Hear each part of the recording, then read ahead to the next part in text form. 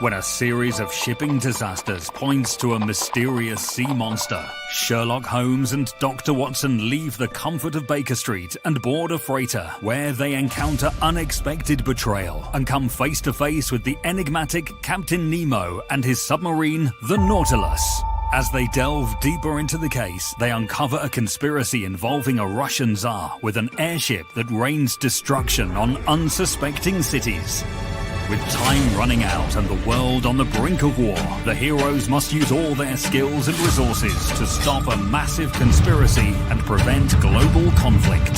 From Eisner-winning writer Mike Barron and illustrator Richard Bonk, dive into the depths of adventure and unravel the mysteries of the sea with the world's greatest detective in Leviathan. Order now on Fund My Comic. Entertainment news today. You're such a dragon gay. Everything sucks and it's no good. That comes out of Hollywood. But there's one place you can go to get all your news and info, and maybe even have a laugh or two. You know it's true. Midnight's Edge after dark is life. We stand for nerds and geeks, we will survive. From Star Wars to Jurassic Park, it's Midnight's Edge after dark.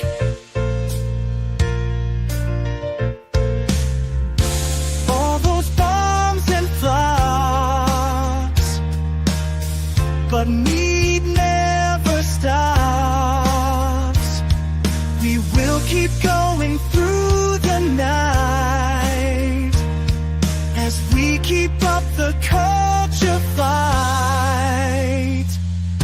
Midnight's Edge after dark is life.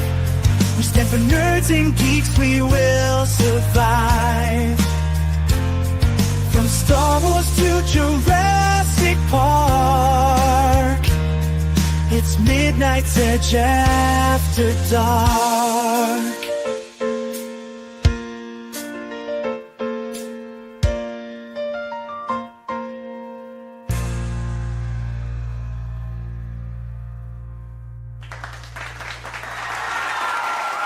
Good evening, everybody. It's Thursday.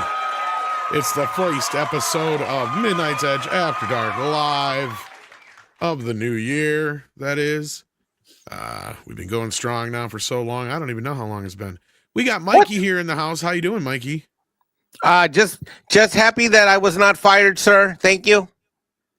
Not yet anyway, but we're working on it. Am I fired? Eh, Okay, honest to God, what did you think when you saw that I went live without you? you dirty bastards. You didn't fucking answer me when I asked. But how can I stay mad at you? Yeah, you love me. Yeah. I'm like even when look, it was all done. It was all done for love. It's true. So I'll let it slide this time. All right, I tried. Just this time. Oh, We got Mikey here, as usual.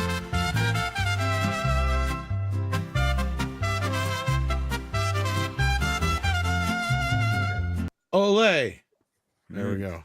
And we got to do that because we're contractually obligated to be racist. We also have Cece Kuroki coming in from the Great White North. How are you doing? Fire the Mexican. He heard him. okay. He is Canadian after all. All right. Oops. Cece's busy uploading Ariana Grande songs Yeah. to his channel. Oh, I don't know. I'm more of an Avril Lavigne guy. He's got many posters of Avril He just Lavigne. finished Genie in a Bottle. That's by, Christina what's her Aguilera, face? isn't it? Yeah. Avril Lavigne is Skater Girl, if I'm not I mistaken. don't give a shit. Y'all were just naming 3 different ones. What's the difference? They're all the same. Well, they're not all in Taylor the same Swift, category. they're all You play one and you tell me if most people would be able to know the difference. No, they don't care. I will say this. I agree with you in general. Most of the music that you mentioned, all these 4 ladies that do music, I feel the same way about their music.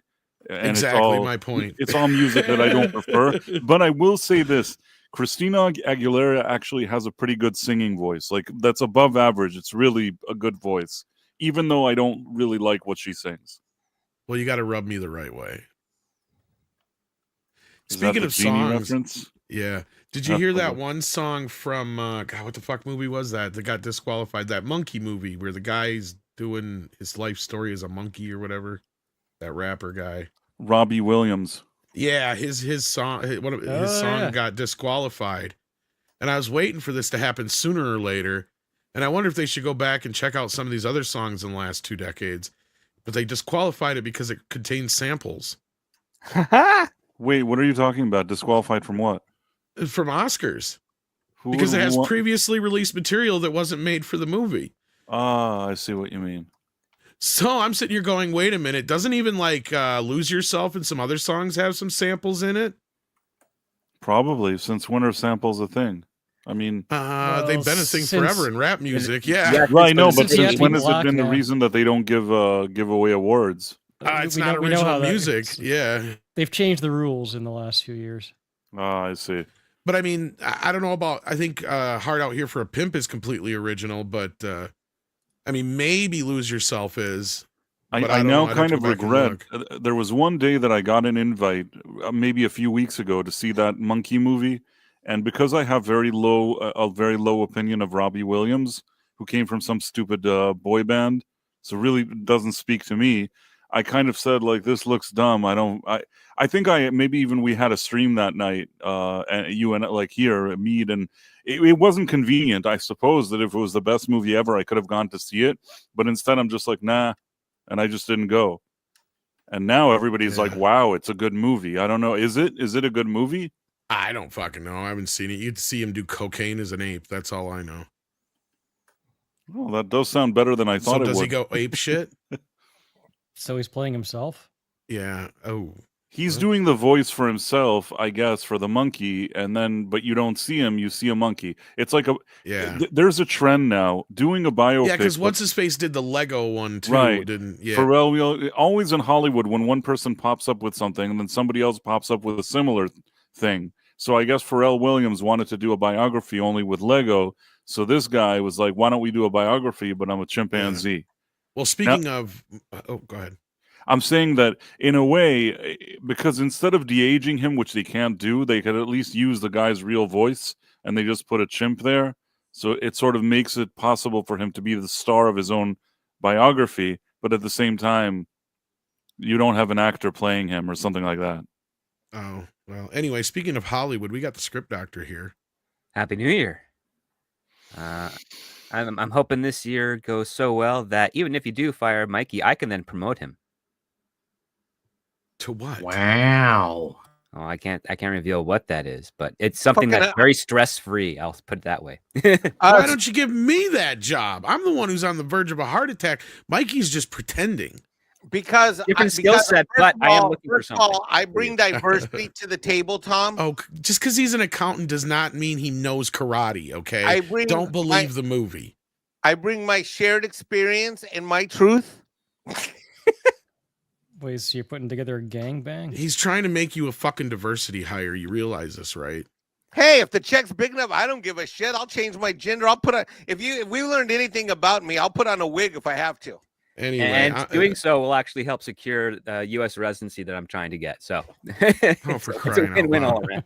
I don't even know if Price is a male or female, but one thing I do know is he's not a monkey or an ape. So hello, Price. Hey, how's it going?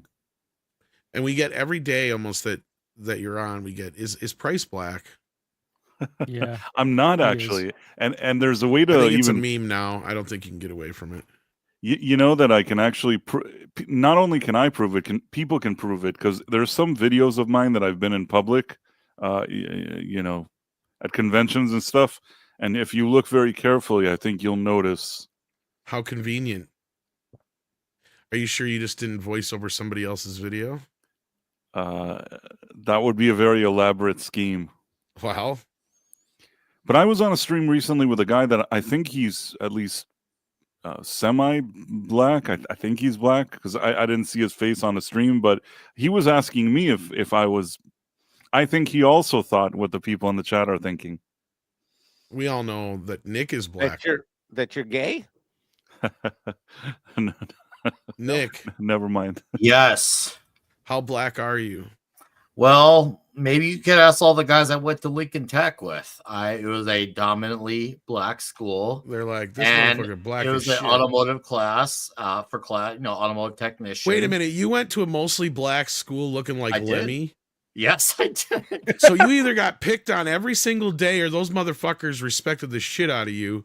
One or the other. Definitely the latter. And I was going to say, because Chris Rock points out, like, you see one white boy in a group of black kids, yeah, don't fuck with him. It really is one way or the other. I have seen some though when I was in the school, because Nice is like 9%, 95% black. There's a few Hispanic, and I was one of the few pasties.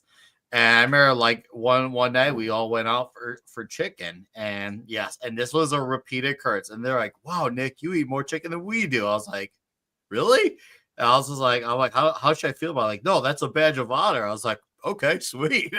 And no, we had good times together. It was a really crazy school. It was right outside Chirac. There was definitely some corruptive things that happened, but I got along with the guys. I liked them. They liked me. We had mutual respect, and we had the same passions for good food in Chirac. So it worked out gratefully, considering how many people's cars got keyed, how many people had knives pulled out them. I was considered protected class. White privilege, right there. That's what that is. Exactly. That's pure white I privilege. I may have actually had the actual definition of that. We got white privilege right here. So anyhow, let's get this show on the road. We got some chat business here to deal with. Justin Fountain sends in $9.99. Hey, how you doing, Justin? Happy New Year. Says, looking forward to Superman and Jurassic World Rebirth. First trailer isn't until Super Bowl for Jurassic World. No zombie dinos from credible leaks and sources, and it's all AI nonsense at the moment. I didn't see the zombie dinos, but I saw the one where Charlize Theron supposedly turns into a hybrid. But thank God. Scarlett Johansson? Or Scarlett Johansson, I meant, yeah. Did I say Charlize Theron? I don't know why. Yeah. I need to wake up. Don't worry about me. Yeah, but I heard that was nonsense too. So yeah. And then he says, with another one for $1.99, I have good hope for Superman as well. Well, the S stands for hope, I guess. At least in the other version it did. So we'll see how good it is. Jeremiah Hembry says with 5, are we going to talk about the Michael Jackson film? Well, I don't know much about it. I haven't seen it myself. I've heard good things. Is it out already? No, but somebody saw, I guess there was I don't know if they saw a full screening or if there was just a screening of some scenes from it. But yeah. So supposedly it looks and sounds good. So just not a propaganda film? Well, it's from the family. They're producing it. Okay. You got his nephew playing him. So that's all right. Supposedly his nephew looks and sounds just like him in the movie, so we'll have to wait and see. I wonder when we'll get a trailer. Did you hear anything good about it from the people that saw the thing or no? It was John Campia, so I don't know if I can trust him. Oh, okay. Forget about it. I don't trust him at all. That's what I'm saying. Like, this was like, yeah. So wait, is this the movie like Bubbles told from the monkey that Jackson had, that point of view, or is this another? No, one? I don't know what Bubbles the hell Bubbles has been circling is. around for like 15 years. No. This is the Michael Jackson biopic. Where have you been? Yes, not Bubbles. Nothing to do with Bubbles. Right, because one of the biopics scripts that we read was it's a biopic of Michael Jackson told from the point of view of Bubbles, his chimpanzee. No, I remember hearing about that years ago, but no, that has nothing to do with this as far as I know. Okay. It's just a straight up biopic, yeah. Then we got Beat Bop Boop in the house who sends in $1.499 and says, hey gang, sorry I've not messaged in a while. The holiday have been so busy. Bad Santa Toxic Tuesday was epic. What will be the best worst of 2025? Well, that's kind of going to get us into the topics of the day, because there isn't a whole lot of news unless you're all worried about the lively shit with what's his face, her co-star, The guy who nobody knew about, but now knows before. about. Yeah. Even though all the shit coming out makes her look worse and worse and worse. But anyhow, Doesn't make either of them look good, actually. Looks not really, but she is not helping her case at all. No, in but her that situation. actually what script says in my videos. I did a few videos about this, that people are really looking for a good guy here. And when I looked at all of it, they both seem really annoying. It feels like a situation where two annoying people that probably shouldn't have been working together, worked together, brought the most like annoying things they could, and then now got it's a their- really petty and annoying fight that involves And PR then got representatives. Ryan Reynolds involved on top of it all, and I think he's well, when out you're there. married to him, you have to kind of support your spouse, regardless if they're I right get or wrong. that, but Right. now it sounds like he's out there trying to mop up his image because all the people that he's pissed off over the last few years, it sounds like he's trying to make amends with. Because I don't even know if you heard that him and TJ Miller even made up, and he was the one who went to apologize to him. It sounds like.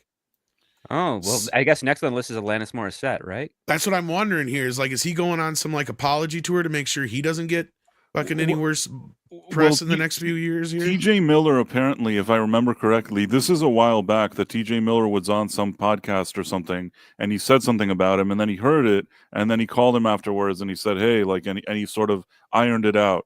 TJ Miller himself is a guy that took his career and flushed it down the toilet, regardless of Ryan Reynolds. That may be, but the thing with TJ Miller was the things that he was saying about Ryan Reynolds was the same thing everybody was saying about Ryan Reynolds. He comes off as a douche to me. I mean, I That's don't what I'm saying. I don't Like, think yeah. he's especially nice, but really, I don't really care that much as long as a movie is good and he's good in it. I don't really care that much. I'm going to share a semi-personal story. I know somebody who sort of does something in the industry, and they saw him somewhere.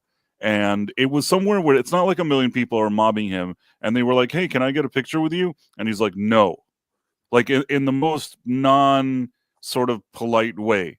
Which usually, I'm not saying you could catch a guy in a bad mood and stuff like that. But I was given the impression, a lot of times, most of the time, I think celebrities are a little more generous or nice. This guy isn't always so nice to people, I think. Well, people are wondering where well, first of all, TJ Miller was low-key canceled over some Me Too thing that I think nothing came of it. And the other part of it was he kind of like, getting kicked out of Deadpool and all that stuff when that shit happened didn't help his career. But I was just making the point that it sounds like Ryan is kind of trying to clean up his image a little bit. Because, I've heard the stories about him like that. I've heard for years that he is kind of like the second coming of Chevy Chase, only worse because he's got money. So, like... That's almost an exact quote from somebody, actually. No, I know that. I've seen. I've not interacted with him personally, but I was at one of the premieres for his romantic comedy, Just Friends, years ago when it was just starting out. He's like 9.9 out of 5 on the sarcastic scale, and that amount of sarcasm is really intolerable most of the times. But it's good in small bursts. But he's like that all the time. He's always on. And it works when he's on like a Graham Norton show or doing his promoting press tours and stuff. But when you're at a party with him for like 3 hours and he doesn't shut it off, you get jaded by him. Yeah. Well, I will say this about TJ Miller. This is a combination. I don't know why, but just because I feel like I want to expand on this for no apparent reason. He was on that show Silicon Valley, and it was a very popular show. It really put him on the map. Suddenly was getting roles in Transformers. He was getting Deadpool. And immediately, the fastest you could have a guy have the success go to his head, that was TJ Miller. From more like humble, being given an opportunity, the guy started behaving like Mr. Mega Douche, taking all these roles. And regardless of Ryan Reynolds, I mean, this guy is just a huge... Oh, that could very well be. He completely the success went to his head. So then what happens is he goes to Silicon Valley and he starts telling them, I don't have to. I shouldn't even be on this show. It's not good enough for me. Look at all the roles that I'm getting. Maybe I can be in just a few episodes a season. And apparently that final season, he's just in a few episodes, and they got rid of him. And they're like, you're out. We don't want you anymore. And he like went out and he was talking all this crap about them and saying how the show is crappy and how he's great and all this other stuff. Then what happens is he got, like you said, Me Too'd. now the Me Too thing is the part that I take the least seriously. It was a lady that came from decades earlier. Nothing seemed to happen with that. But then he started going around, and he was in a taxi cab, and he started punching his driver. And then he was on a train, and he called the police and pretended there was a threat, doing all this like really bizarre stuff. And I think he either got arrested for it or something like that. So this already became a situation that he's this crazy liability. I have a feeling, and I can only say this is alleged, and I suspect that in addition to the success going to his head, maybe also he was partaking in certain activities, recreational activities that were boosting. You're the only person I know who could take 10 years to say somebody's fucked up on drugs. I don't know what I'm allowed to say on YouTube, so I'm always trying to steer away from it. I'm just picking on you, but still, it was a snowy day for him. Let's put it that way. And I feel like that already put him over the edge. He managed to annoy people. That and all the crap he did is probably why they got rid of him in Deadpool. You just basically described 90% of the people in Hollywood, but yeah, yes, 90%. But I'm still telling you that he took it a few steps further. Like there's the usual douchery and ego trip and whatever. And even my whole point was I wasn't even trying to get on T.J. Miller. This was about Ryan Reynolds to begin with, but yeah, I'll just say that I initially really liked his. Like I thought he was funny, and I thought he was great on Silicon Valley initially. So I regretted seeing him go off the rails like that, but he did. But that was it. No, that's fine. I was just saying my whole point was because we were talking about Ryan Reynolds. I was just bringing up that point. But yeah, no, otherwise, I've heard the same story a few times is that, because, I mean, Script knows this, I'm sure, and CC, that, he grew up in Canada on Canada television as a kid.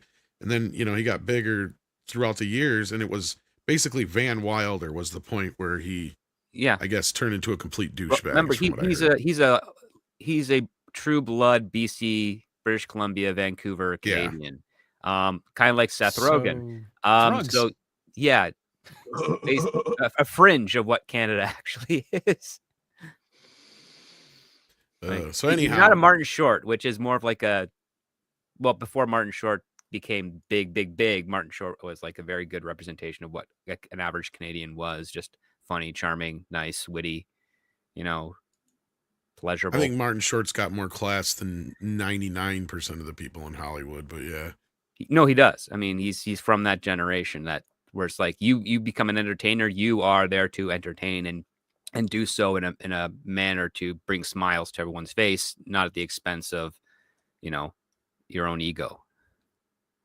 I've heard various stories about Martin Short, but I've also heard more good than bad, so I'll just leave it at that. But that being said, speaking of good and bad, what do we have looking forward to in this year? Because that was why I didn't really have much for a story, because the whole talk in Hollywood right now is this fucking lively shit. So I was like, yeah. Yeah, they're trying to turn that into like an Amber Heard 2. It's not. Don't let them lie to you about it. I also said that in my video. Yep. Good on you, man. That's good. I'm not going to even add to the fire all that much. I really didn't even plan on getting into it that much as we did here. It was just a point of like, it's National Enquirer level. It is to a point. I mean, honestly, part of me wants me to see it become like a reverse Me Too in a way. Like, I don't know. Yeah, I don't have any fucking, I don't give a shit about this Baldoni guy or whatever. I've never heard of him before. Like Script said before, don't give a shit. He may be a real douchebag for all I care, but it also sounds like there was some bullshit going on. And you know what? At this point, she's trying to use the Me Too thing. And I'm sorry, I have yet to hear anything or see anything that lives up to that kind of a fucking thing or the type of things that she's claiming. And the guy may be a jerk about it, but he was also the director, right? So and producer. So like, and she came in and there's some more tweets and shit going, or not tweets, but messages going around, I guess, to where basically she was trying to take over the production behind the scenes. That's basically what she did. De facto, she actually did. She brought in her own producer. She used his quote-unquote behavior to sort of bully him into saying that he'll agree that she'll bring her own producer, her own intimacy coordinators. She has the right to look at the script. She can decide this. She can decide that. And he, just to get out of this somehow, ended up saying, yeah, okay, I'll do whatever you want. And then he did what she wanted. And she She made him agree that he wouldn't make her look bad in public, and then the second there was a press tour, she was trying to make him look bad in public. Now, That's my understanding of the situation too. Yeah. On the other hand, this is what I've said on a number of occasions. This guy himself doesn't rub me exactly the right way. He's a self-proclaimed male feminist who doesn't like the patriarchy. Right. Yeah, I have like zero. He has like a podcast called like Man Enough, where Man Enough means like I don't need to be more man because I'm a male feminist or something like that. It's like, dude, and I listened to a few clips of him talking, and I'm like, man, this doesn't sound like a guy that I would want to sit around and drink beers with. You know what I mean? He's not really. I don't feel like he and I are making that kind of connection. At the same time, even a dumb douchey idiot like this guy doesn't deserve that like they'll do the whole Me Too for him, even though I don't actually think he did anything. He didn't really do what they said, aside from maybe kind of being a douche. And that's kind of where I'm coming from. If anything, this situation will come out and show that women have more power than they fucking claim they do. But anyway, you're going to say, Nick, sorry. It sounds like another skinny soy gluten-free vegan latte type, maybe a spineless shaft. But at the end of the day, you can still be that and still be innocent of something. So he actually prepared for this. That's the other part is like he waited for he had some shit preemptively ready to go if she pulled this shit, it sounds like too. But anyway, yeah, like I don't care about this guy so much. Like Baldoni, I have zero. I care less about him per se, but I think the situation is funny, and hopefully it brings an end to a lot of this shit. But let's see what Deadline says here. Their predictions for 2025 are says U.S. box office heads for $9 billion in 2025, still far from pre-COVID records. What's an industry to do? Yeah, because I guess the latest news is they're down about $8 billion this last year.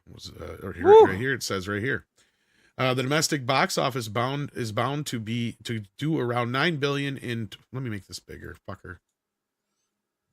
Jesus Christ, I hate getting old. The domestic box office is bound to do around $9 billion in 2025, roughly $300 million more than 2024's estimated final figure of $8.7 billion. Or I thought that's what they were down. Maybe no, that's total. Way. Yeah. They were down 8.7 billion. There'd be no entertainment industry across the board. TikTok wouldn't even be functioning anymore. It was still down, but I didn't see the percentage it was down. That's what it must have been. I read it as they were down 8.7 billion from last year or whatever. So anyway, if so, it will be the second time in U.S. Canada ticket sales hit a threshold post-COVID after 2023's domestic tally of 9 billion. Okay, so it's just a little bit down. That's all. That's what it was. So, okay, gotcha. CineScore reports that 110 movies in 2025 will open in more than 2,000 theaters apiece, which is 15 more than 2024. And the most ever post-pandemic, the new year will even. What is that? Do you need help? You okay, buddy? What? No. Oh. And with the big event movie carry us over, I'm getting distracted. 2026, 20th Century Studios, Avatar Fire. That's another thing. This big movie's supposed to come out this year, and I ain't heard shit about it. Is James Cameron even done filming it yet? I have no idea. I know he filmed. I thought he was saying he was on part 4 or whatever, but like, yeah. I don't know. Maybe. The previous James Cameron directed sequel, Avatar Way of the Water, was released in December of 2022. Overall gross $684 million domestically, with $283 million of that total coming in 2023. Exhibitors and studio execs declare with glee that 2025 will be a normal year. They better hope so. Untainted by strike disruptions and, knock on wood, a pandemic. Why are you saying knock on wood? It's like you know something. There's the people are trying to push the bird flu, which we've already gone through many times. We'll be okay as long as we're responsible like we were with the previous bird flu, not any other. Fuck the bird flu. More, you got to worry about mad cow disease. Everyone has AIDS. AIDS. The anticipated merger of Paramount Skydance is being declared a great sign, not just because incoming boss David Ellison is a champion of big screen, but also because two major studios aren't collapsing into each other, which would deplete the supply of movies. No, it's just more of the same. Why is it so hard to get happy about this? Because it all sucks. Even though the motion picture industry can wipe its brow over another year of recovery, we can't ignore the fact that some $2 billion to $3 billion remains missing in the domestic box office. The number of frequent moviegoers we've seen before COVID has dropped. And the question remains as to, well, when we'll ever see them again. Well, no, you lost the superhero. That's it right there. As we've talked about before, they have killed the superhero film. That's why, because you had what? A half a dozen superhero movies come out this year and they all bombed? Pretty Except for much. Deadpool and Outside, yeah, I And the was gonna say pre-pandemic outside stuff, Deadpool, the 3 Wolverine. Marvel movies would be billion-dollar hits. That's your 2 to 3 billion right there. So that's That's what I'm getting at, yeah. I lost Or the you movie can- star too. that In helps. what? No movie Replace stars, the no movie reason star to- with Oh, you mean they lost the properties, movie star? IPs. Gotcha. Yeah. I thought you meant like Sequels, somebody died. So prequels. like, yeah. It's like, who? Yeah. What? Tom Cruise is still alive. When? Where? Tom Cruise when- dies. Hollywood's fucked. When the last generation of movie stars are in their 60s. Pretty much. I mean, when you take a look at like all the big leading men names in film and television, they're guys over the age of 55. It's Kevin Costner. Somebody and check on Jason Statham quick. Sly Stallone. Jason Statham's never been an A-list star. He's never going to be. No, but he is across. No, I know what you're saying, but hell, I'll tell you right now, I'll make the argument that he's the closest thing we got to Sly Stallone or I gotta Schwarzenegger. see how He's like old he's 55. not young, yeah. Yeah. No, but he's one of the only worldwide stars right now. That's why we're getting He's the Meg 3. 57. Worldwide? Yes, worldwide, he is huge. He is a big star outside the U.S. The Meg 2 did okay here, but you should go look at the national number, No, I didn't worldwide see- on there. International numbers are huge. Yeah, for the he's Meg. huge Yeah, outside Jason the Statham US. is a big star. He's 57 years old. It's almost He's- like outside of America, they still want super toxic males leading. He's one of the most do. consistent stars right now, too, if you look at his track record. I'm gonna say the Yeah. obvious. That guy's how old is he? 57. 57 or Dude. whatever. Dude, if any of us look like that at 57, come on. That's true. Yeah, no, Yeah. and that's why these Holy Meg movies shit. keep getting made. Because they fucking love those things in China, too. China.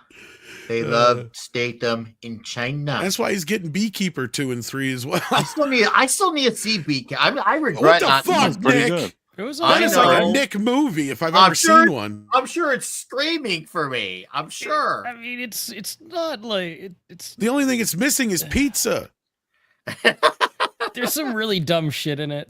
Yeah. Well, that means I I'll was probably like entertained. it. If What? It's How dumb. is it? or No, it- you need to tell me the dumb shit because I love that movie. I love that movie. I mean, okay, the whole B plot with the DEI cops, and also the way they present call centers, like Yeah. scam centers. Oh is- man, well the it's call stupid. centers I get because there's no way that's real because I've seen what real call Yeah, centers I mean, are like. I But just the- suspend my you're disbelief a missing little the bit. joke about the beekeeper.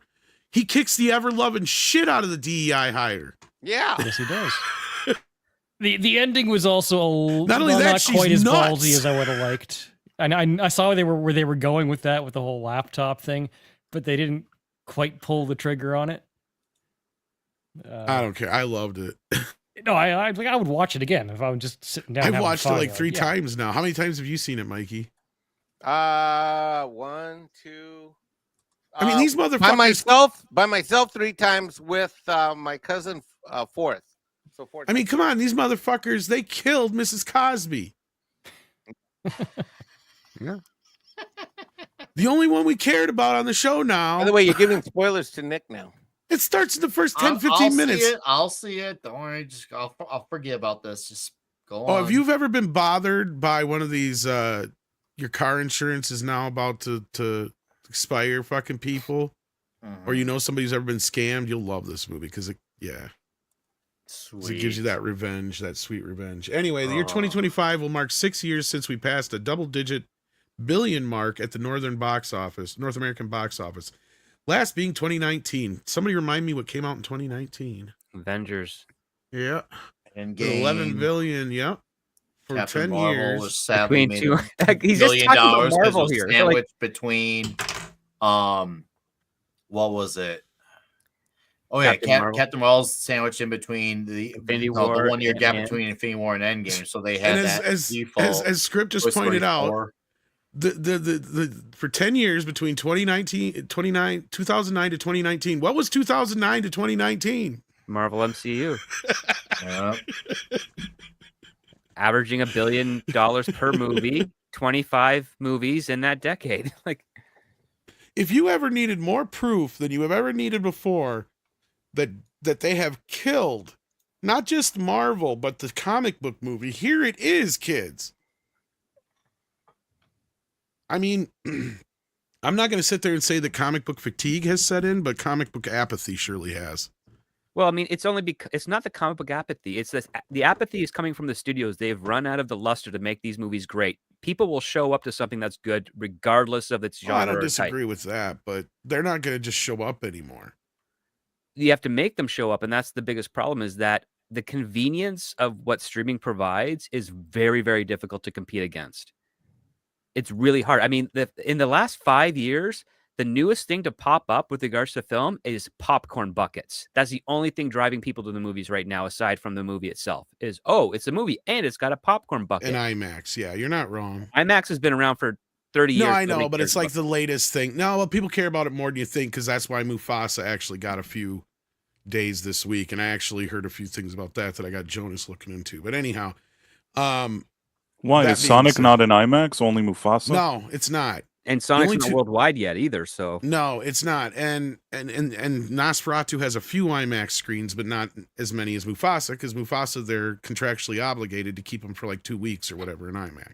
Dude, I looked for Nosferatu. There are no IMAX Nosferatus anywhere within my part. I think they've only got like 10 or 15 total. My part of the United States. Well, that's because they only got like a dozen, if that. Because racism. Yeah, because of racism. Well, not only that, they're very expensive to make IMAX screens. So, well, most of them I got on IMAX. I just don't have. They're FOMAX on my anyway. Do you realize there's only like 5 real IMAXs in the world? Yeah, and fucking Nick is near one. I'm near one too. I remember when I used to like actually go to a real IMAX, and then they started calling it IMAX, and I was like, wait, this isn't IMAX. What do you mean a real IMAX? Supposedly, I live near the tallest IMAX in the world. You might actually live near one of the real ones. There's only like 5 or so. They were ones that were actually, because IMAX was actually part of the National History Museum or something like that originally. And so what is a real IMAX called? Yeah. What is it called? How would I know if it's a real IMAX or not? What is it called? It was probably built. The theater is at least over 10 years old if it's a real IMAX theater. Oh, then that's mine for sure. Yeah, as long as it's not attached to an AMC is another thing. Yeah. The ones I remember, and maybe correct me if I'm wrong here, but they were so huge, the seats were steep. Like your feet were at the head of the person ahead of you. I've only been to fake IMAXs, so according to the website, I'm learning this thing. There's only in the entire planet, there's only 31 actual true quote IMAXs. Yes. Okay, so there's a few more than I thought. But no, but that's on the planet. Yeah, they're usually part of a museum. The real ones. Holy shit! Because that's how they started. They would use this huge. So all the other little ones sprinkled that are inside other regular theaters aren't real IMAXs. No, AMC bought the rights to the name, basically. Not only that, it's the thing is that it's an IMAX quality projection, but the theater itself is not tuned up properly for IMAX. Like there's a theater in downtown Toronto, it used to be called the Paramount, now it's the Scotiabank Theater. That is a legit IMAX thing because just as CC said, your ankles are basically at head level of the person below you. Yeah, and there's massive speakers behind the projector screen and all around, and it's a huge elaborate thing. When you see that screen, I have a real IMAX. If I live in the New York area, New Jersey area, is there one around here that's real? Because I feel like I'm always there should be one on Manhattan in New York, Island, if not. Yeah, I was gonna say New York, Chicago probably has one. I know Chicago has one. It's a museum there. Because that's the other thing too, is the older ones, they would use the big film format. It was bigger. Was it bigger than 75 millimeter script? No, it's 70. Is 70? Okay. Holy crap! Guess what just happened? Is Lincoln Square? Where's the one in New York? Okay, this Nesferatu must be kicking in. 2 days ago, I just checked it. My Amex didn't have it in IMAX, and I just clicked it on it right now, and now it does have it. That means that because they could switch over this weekend. Yeah. Oh, okay. That's all right. Well, that's where I'm going. Bye. Gotta go. I'm sure a lot of them are going to switch over this weekend. I think I'm going to go see it too if I have the money, but I'm broke. I'm like $0 in my bank account right now. Anyway, there were 45 movies that each opened north of 20 million plus at the box office at 35 million. Get to your predictions. Fuck all this shit. Get to the point. Come on. Yeah. Oh, look at this. We got a late show up of a Scribe Light here. How you doing? Scribe is I arrived. apologize. It's been Oh, a you're busy. fine. We're What's trying to going- get to the actual fucking heart of this thing. They're supposed to be predicting what's coming up this year. And all they've been talking about is POVOD right now.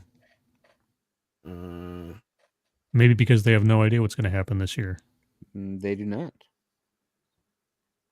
How They're much longer weathermen. is this article? I was not going to read all this shit. Statistically, what they're essentially saying in this article is that you remember how Okay, here movie we go. theaters were before 2008. That's probably what the business is going to look like in the future going forward for the time being. According to them, movie stars still exist here. Well, They Mm. continue to work at the box office, according to this. Jenna Ortega in Beetlejuice, Ryan Reynolds in Deadpool and Wolverine, Timothy Chalamet in Dune Part 2, even Dwayne Johnson can get a non-dazzling... The only original movie you just mentioned here was Red One. You And ever that feel was like most of mostly the Amazon. you feel like most of the people that they're promoting now so heavily, like Timothy Chalamet and Zendaya. I mean, you know, a lot of movie stars are produced and manufactured. That seems to be the norm now, rather than sort of like the anomaly. Or is that just me? Timothy Chalamet is actually a little bit more organic. You think? Yeah. Okay. Yeah. Because he's actually, especially, he might actually get something for this Bob Dylan movie, from what I've been hearing. Yeah. But that being said, no, I do agree with you, Scribe, that that's a normal thing in Hollywood. We have our Jai Courtneys and whoever else they try shoving down our throat every few years. But Zendaya would definitely fall into that category. Yeah. Well, yeah. Maybe I just haven't seen enough Timothy Chalamet, but yeah, Zendaya. No, just he seems impressed me in the overpromoted. last couple of years because I did not like Dune 2, but he was even good in that. He impressed me in Wonka. He's a But better here's- actor than Zendaya. I'll give Yeah. you that, Tom. He's Timothy Chalamet is a better actor than Zendaya, but I still think that there's too much of a hype around him, and he kind of annoys me. What? And Even then- though I think he's not the worst actor, but I think he gets too much praise at the same time. Well, they're trying to make him into the next Dustin Hoffman, if you haven't noticed. I would say more like Johnny Depp, but okay. Okay. No, he's too off. Like he's got more What, talent. Johnny than he has Depp look. wasn't? No, But Johnny Depp had a good-looking look with that was me. more traditionally appealing, whereas he looks like a weirdo, and girls are like, "Oh, I love that weirdo."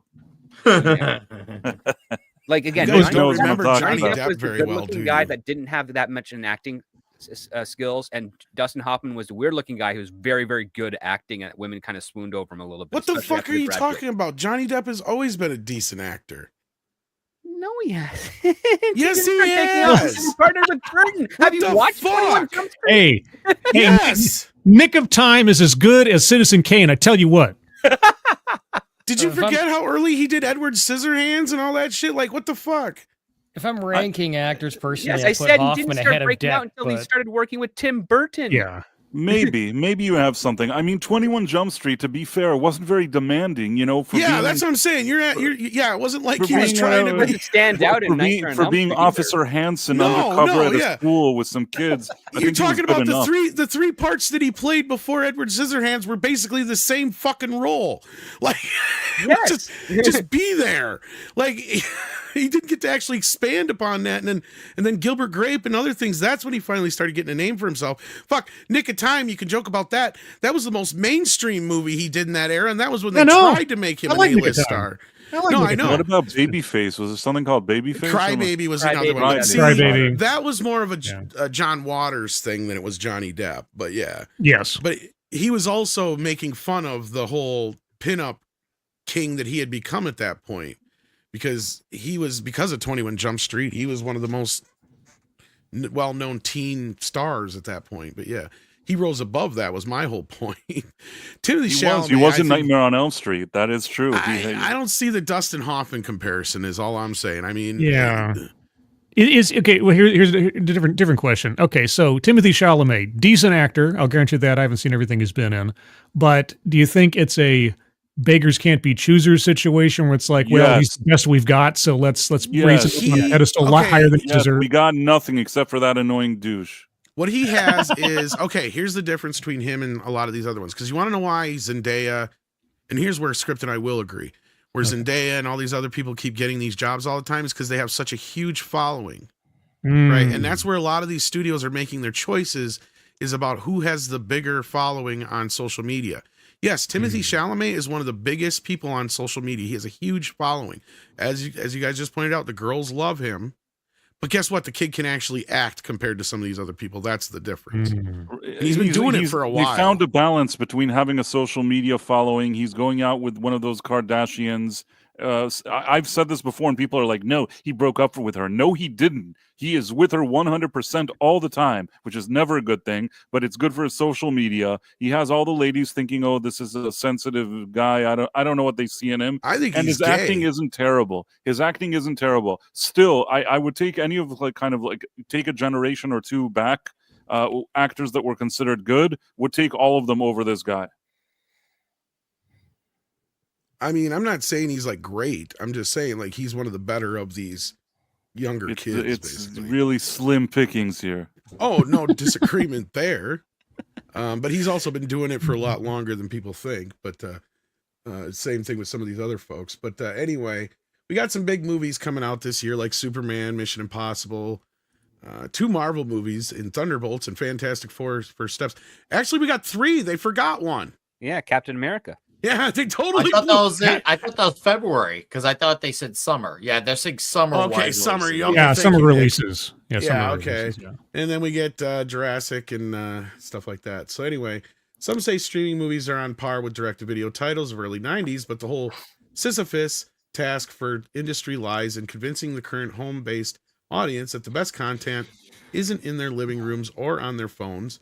Actually, no, there's a big difference here. I don't know if that we may joke about them being like direct-to-video movies, but I don't know if society really sees them that way.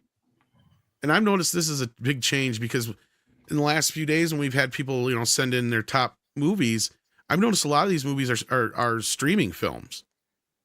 And we're getting movies that are getting sequels and shit that I've never even heard of and shit. And they've got stars in them that you can't believe and stuff. So it's like, nah, I don't know. This is a little different. They're spending the kind of money and shit on these streaming films as they would a normal Hollywood movie. Can anybody tell the difference anymore between a streaming film and a Hollywood movie? That's my point. I mean, we like I said, most of us have a foot in the analog days prior to all this, so we see a distinction. But at this point, is there much of one?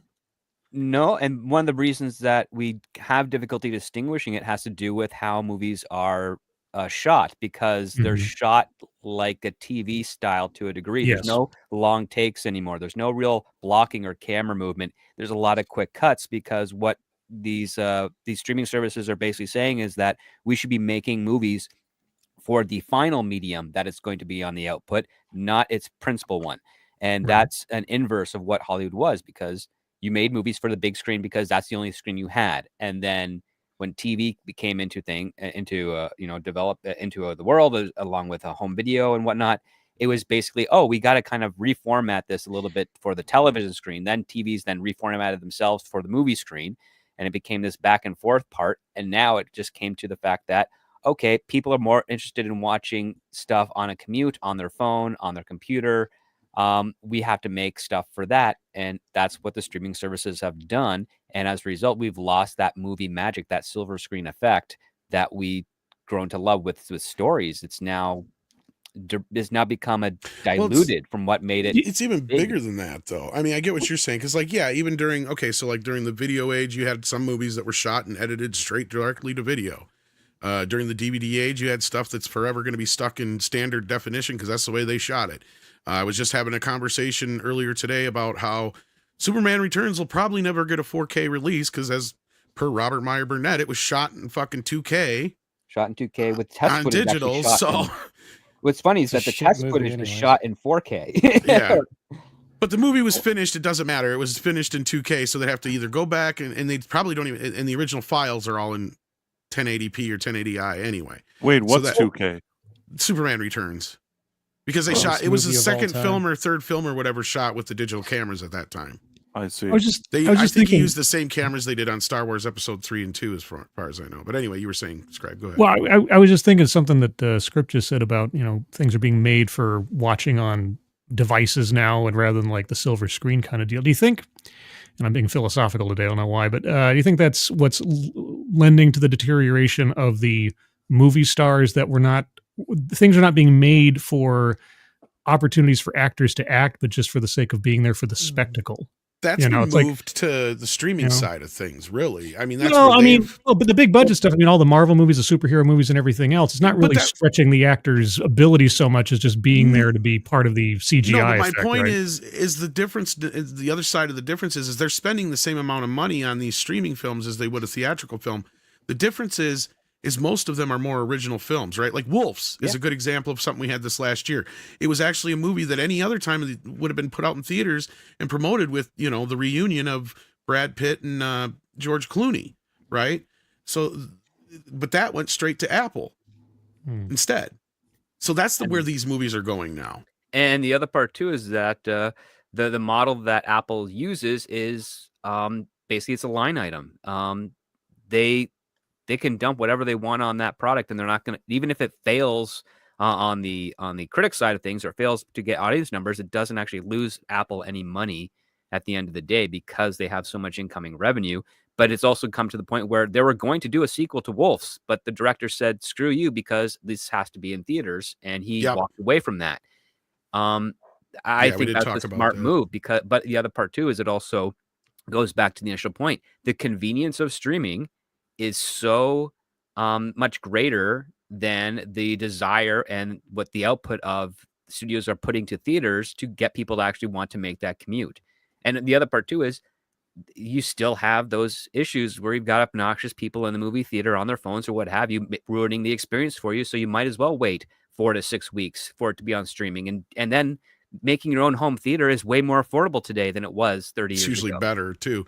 Yeah. And then when you see those things where somebody was literally streaming off of Amazon Prime The Grinch in one of their theaters I saw.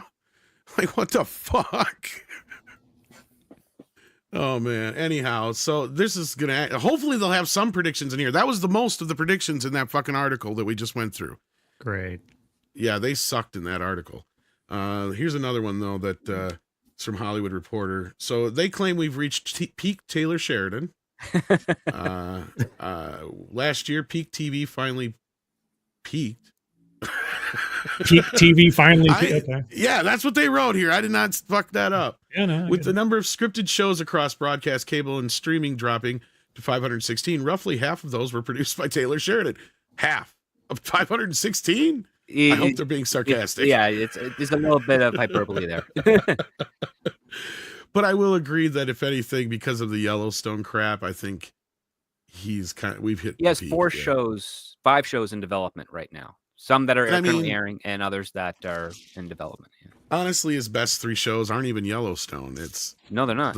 One of the spin-offs, which would be the one with Harrison Ford, the one Tulsa King and Landman are, in my opinion, his 3 best shows. But yeah, he also has Lioness, and he's got, which is not too great, and then he's also got the one with the 4 Sixes, which is coming out, and then whatever his sequel to Yellowstone is going to be. He is basically the straight man's Greg Berlanti over at Paramount. And I'm not joking. He's not wrong. That's great. Oh, that's great. That's great. That was and the thing is, it's going. He's already on the decline in quality right now. I don't know if I'd go with the Greg Berlanti. Okay, you're being a little too mean with Greg Berlanti. Greg Berlanti is producing a lot of television all at once, and as I know, but let's be real. Dropping. Yeah. He doesn't deserve that. I haven't started Yellowstone yet. Should I even bother with it, or did it just Game of Thrones itself? It's frustrating because the last season could have been good, but they fucked it up, and this is where Taylor's starting to get a bad name for himself, and this is where Price and I got into it the other night, where I'm starting to lean more into, I understand now why Kevin did what he did, because Taylor clearly is not, he doesn't have his shit together in this. He's definitely basking in the glory of being Taylor Sheridan right now. Yes. In fact, when you take 15 to 20 minutes of one of your last episodes of your most famous show and you waste it on yourself, that's horrible. And it didn't add anything to the episode at all. Oh yeah, the whole poker thing and the auction and all that crap. Yes, it was a waste of. He wanted to show that he could ride a horse or something, and it's like, dude, I don't care if you can ride a horse or not. And he brought one of the Hadid sisters to be his girlfriend in the episode. Yeah. And then I guess Beth asks her, "What do you see in him?" And she's like, "I love how he rides." I'm like, man, he became a Oh, meme God. that episode, and talk that's where I about think, it. Well, the Patting thing is, yourself he on the is- back. Wait, which guy was he in Yellowstone? He's the Scroll guy up a who little bit, owns the- because that's his picture right there. He's that guy. Yeah, So the here's cowboy thing. dude, Taylor yeah. Sheridan is the Oh. epitome of pseudo masculine. Oh, Wow. pseudo masculine. Fire! Because Shots he's- fired. Yeah, hold on. Let me get to the point. that's So what awesome. he's really doing is he's like, okay, cowboys, cattle ranchers, all that stuff. We're tough. We do all these things. But then he doesn't actually show us anything that actually lives up to this. Like, first instance, you have Yellowstone, a great premise of, the biggest ranch in Montana. What do? Well, they raise cattle. Okay. Do they sell it? When do they sell cattle? How do they raise cattle for like 100 years and are always in a decline when meat is incredibly expensive? And then you don't actually understand or tell us anything about the business or its dynamics. It's all about just the land. And then he's like, yeah, and in a few years, there's not going to be cowboys anymore. BS, man. The cattle industry is huge, and despite regulations trying to quash it, it's not going anywhere because we need meat.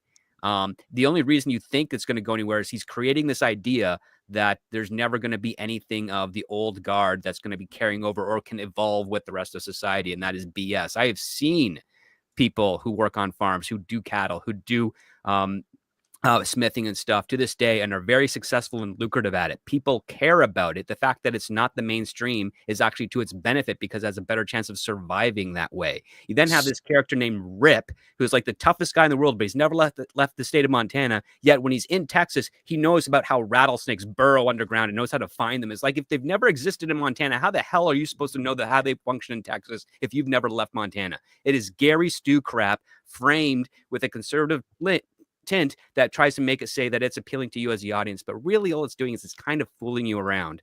And listen, as entertaining as it can be, and as great speeches as he can throw in there to push affirmation to the audience that is watching, at the end of the day, he is kind of humiliating you all. So try to put a phrase on it, he's a poser mascu activist. That's a good way of saying it. All right, I'm not sure what script said because I'm just a country accountant in South Carolina, but I like that shit. I will say one thing about the show, like almost all of what you said was pretty much true, except for one thing. They did address the cattle thing. Like that was one thing where Beth, end of the season. Yeah, but unfortunately they didn't really go too far with it, and then everything else got in the way of it. Because that's the thing, is you can see where it's headed, where Beth finally is getting smart and asking the question of why are we doing all the work and getting the shit end of the stick, when really those who are putting the beef in the stores are the ones benefiting and making all the money, which, okay, fine. That makes sense. That gets you into the next level. Right. Whatever. But from there, everything went to chaos and shit, and they decided to put them in this fucking Senate thing and all that. Yeah. Governor or politics as opposed to I will say that I think that the first season of the show was pretty good. The first 3 or 4 are pretty good. Yeah, the first 3. I think that the first 3, the first one was good. The second one was even very good. And the third, I thought was maybe even genuinely good, like great even, the third one. And then it completely went off a cliff. Basically, when it got into politics is when it... Yeah. No, really what happened was that nobody thought that this show would be the success that it was. And because of the coup, suddenly from a show that just it was more of a niche show or whatever you want to call it. Suddenly there were millions and millions and millions of new people watching it, merchandise, and I think that the success went to everybody's head, even the actors on the show, even Costner, Taylor Sheridan. And I understand that if Kevin Costner thinks that Taylor Sheridan became annoying and he was spreading himself too thin and he's too full of himself, it's probably all true. But you know what? Kevin Costner had an obligation to one group of people, and that's to the fans and to the people that watch this show. So the only reason that all these people could celebrate was because of this show. It put Kevin Costner in the spotlight as this kind of superstar once again, and all he had to do was finish the fucking show and not be some egotistical jerk-off that has to go make his own Western to compete with this Western. But that's it. I'll leave it alone now. No, I know. We got into this the other day, and I agreed with you until I started to realize that this is a scheduling thing. And this is where maybe Script will see where I was coming from the other day and where I think Kevin's coming from in this, because he flat out said, we were supposed to do this show in this set time. I already had all this other stuff scheduled. And Taylor clearly didn't have his shit together, in so many words. I'm paraphrasing now. And I think the proof is in the pudding that here we are, Horizon 2 is shot and in the can. Horizon's already out in theaters. Horizon 3 is in the middle of being shot. And we just finally finally got the last half of the last season of fucking Yellowstone. To me, that tells me that Taylor did not have his shit together, because if he was so gung-ho and ready to go with this thing when he claimed he was, then they would have just shot around his ass and it would have all been done, and they'd have been just waiting for him and they'd have sued him.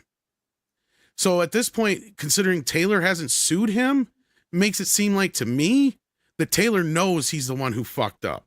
He did fuck up, and Kevin Costner still could have done things. How though? That's what I'm saying now, and that's what I'm saying.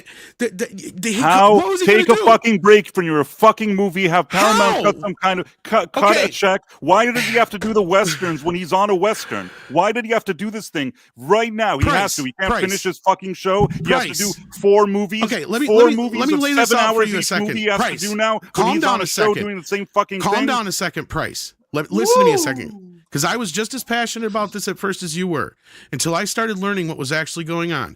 And Mikey will know what I'm talking about.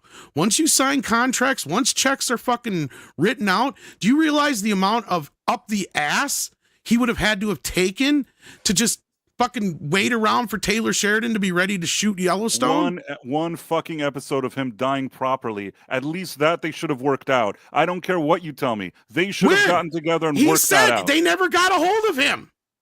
He said he would have been more than willing to work something out. But it sounds like Taylor cut him off, and that was it. That's what it sounds like to me. So at that point, it sounds like Taylor Sheridan's fucking ego got in the goddamn way, and the proof is in that fucking show in those last few episodes. That's the point I'm getting at. So we can be pissed at Kevin for part of this, but I think more of the blame goes on Taylor Sheridan, and I can see where Kevin Costner's coming from, because he's like, motherfucker, I got $30 million in this thing over here, and you're just, I don't know when I'm going to be ready to shoot the rest of the show that we were supposed to already finish. And this is the other part I was trying to tell you. To blame.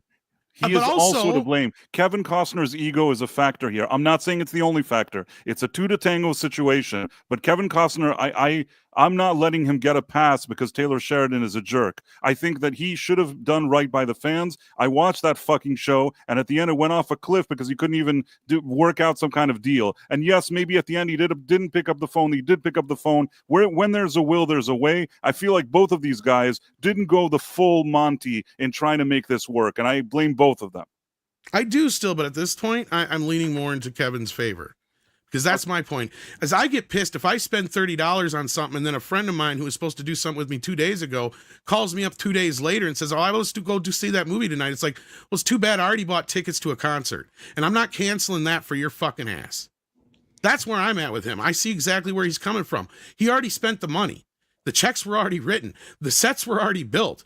Things were already, like, it wasn't just Kevin, right? He had already had other people that were working on this movie and ready to go. Like, this was a full-on production.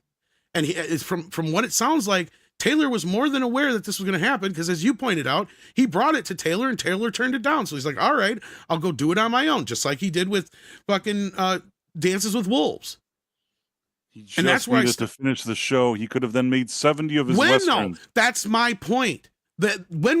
Tell me now, go back and see when the season 5 part A started. Go back and look and see when that started, Price. This is my fucking point, and this is why I understand. Kevin Costner has shot 2.5 fucking movies in the time that it has taken his ass to get the end of that fucking show done. Sheridan's got like 5 shows going on right now. Exactly, and that's where Kevin's saying, you're fucking finish what you got. This kid is fucking trying to take more food out of the bowl, and he ain't even got the fucking shit on his plate yet. That's what Kevin's saying. And he's like, dude, I'm sitting here waiting for you and waiting and waiting and waiting. So he finally saw his window. All the other actors were there on set filming. The only actor that couldn't pull it off was him, because he had to film 4 westerns immediately that are like Yellowstone, but he's directing them. That's irrelevant. Not like Yellowstone at all, but yeah, and it's still irrelevant.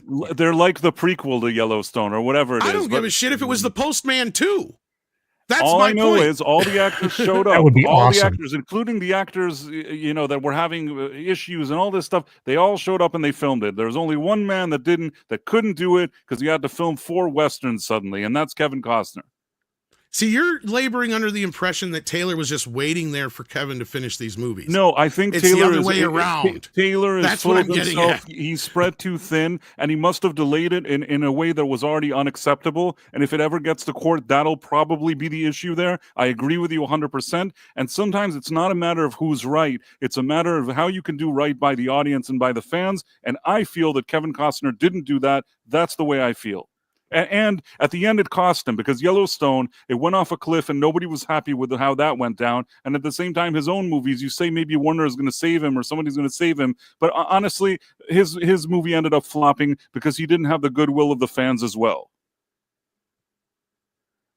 Everybody was annoyed with everybody, and it didn't help him. I have a comment. Sure, what is it? You too. I feel like my mom and dad are fighting, and I don't know who's going to take me to the movies now. I'll take you to the movies, Mikey. Well, we haven't even let script or anybody chime in else on this too. So yes, let's let script weigh in.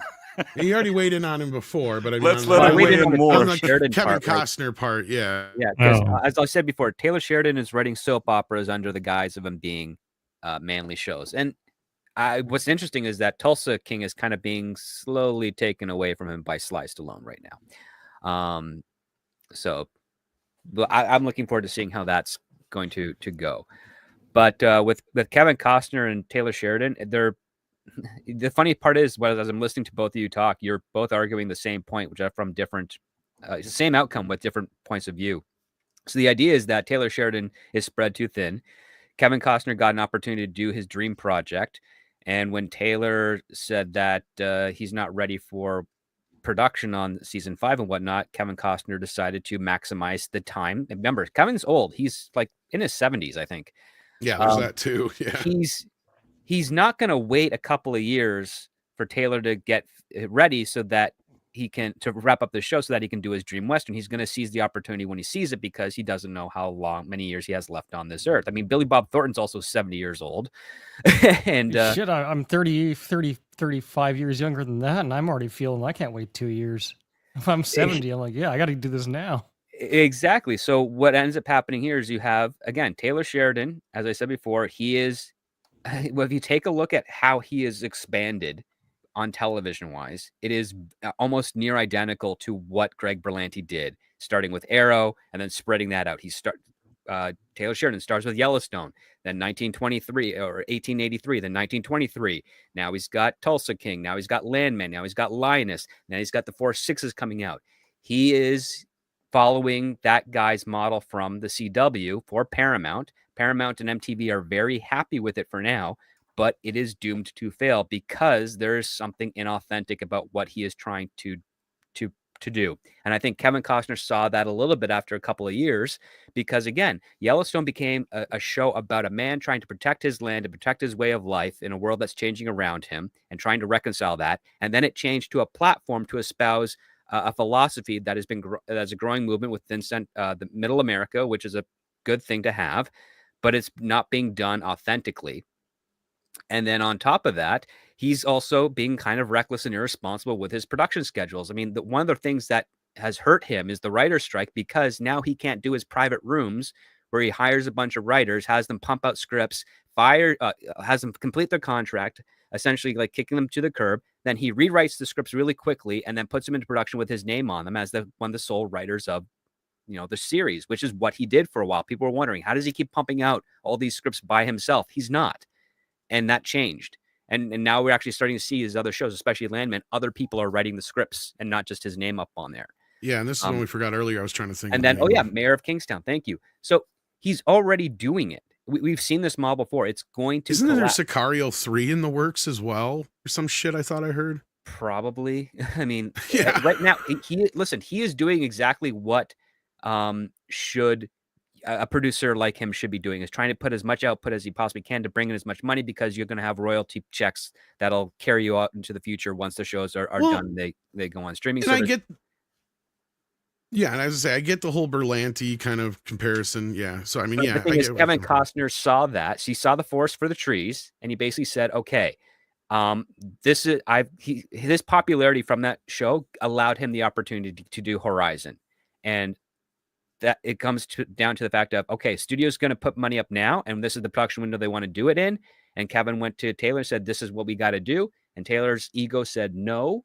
And then Kevin's ego also said no because he didn't want to compromise with the direction of the character because apparently he had some sort of contract dispute with that. And so both of them ended up screwing the pooch when it came to Yellowstone and to a degree Horizon, because Horizon I don't think is a very good movie.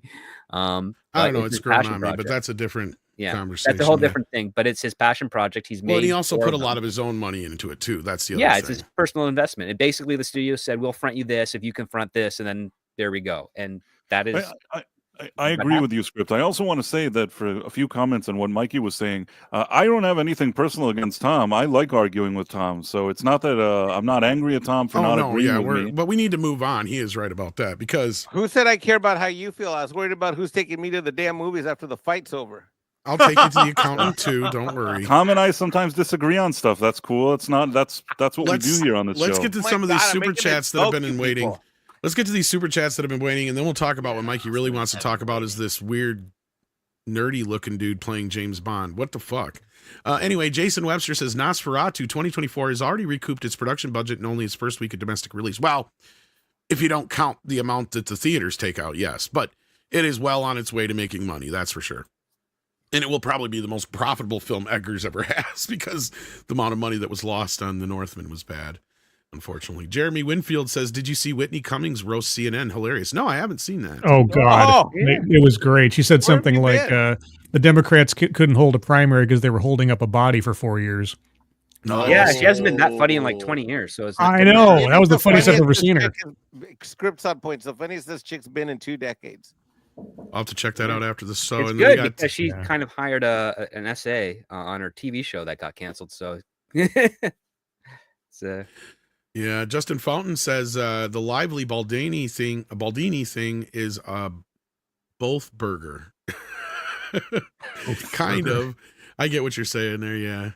ActionCom says, what's the difference between IMAX and OmniMax? I think it's just the OmniMax isn't that the other company's basic version of it. No, the difference is 3 letters. Yeah, I was going to say, it's like, I can't remember which company has, it's just, their version of IMAX, I believe. Somebody Isn't it like when a fast food place calls their company 100% beef? Yes. Yep. Elijah Snow says, "Yep, I went to one in the Smithsonian." Yep. That would be a real one. Yeah. ActionCom says, "F right off with that 21 Jump Street episode Orpheus 3.3. Johnny shows Depp slowly going insane because he survived a shooting, and it's disturbing." That's a good episode, actually. Oh, that's the one where you had 3.3 seconds to react to. Yep, 3.3 seconds. 3.3 seconds. 3.3 seconds. Yep. Took what, 2-3 seasons for him to get there? Yeah. Shut up. SFX314 Sabretooth Raptor says, on the 15th day of Christmas, Mexican Iron Man gave a one-way art. Okay, I got to start over. On the 15th day of Christmas, Mexican Iron Man gave a one-way Antarctica trip to Elf. Mexican Iron Man jumps for joy. He is elf-free. Happy New Year.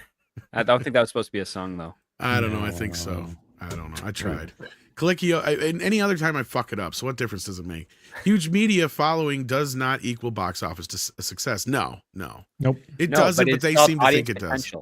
That's what it is. It's audience potential. If you're able to reach this many people, there's going to be a percentage of that most likely will come to your theater to see what it is. I think the average is between 10 and 25%.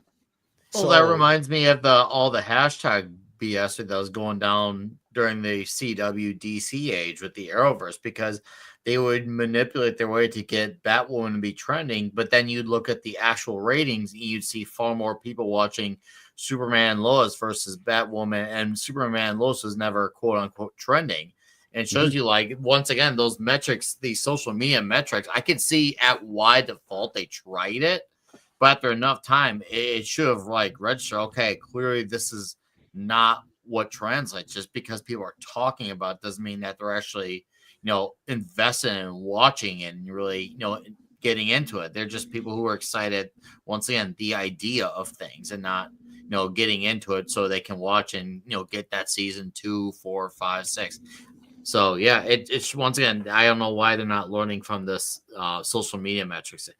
Once again, not a bad idea to try first, but time has proven to us that it's not overall. It's mostly not the greatest way of going about things. It's a shallow metric. It's a shallow metric to assess things on, and we us who are even the most mild YouTubers know that subscriber count does not successful channels make necessarily. Correct. Oh yeah, absolutely.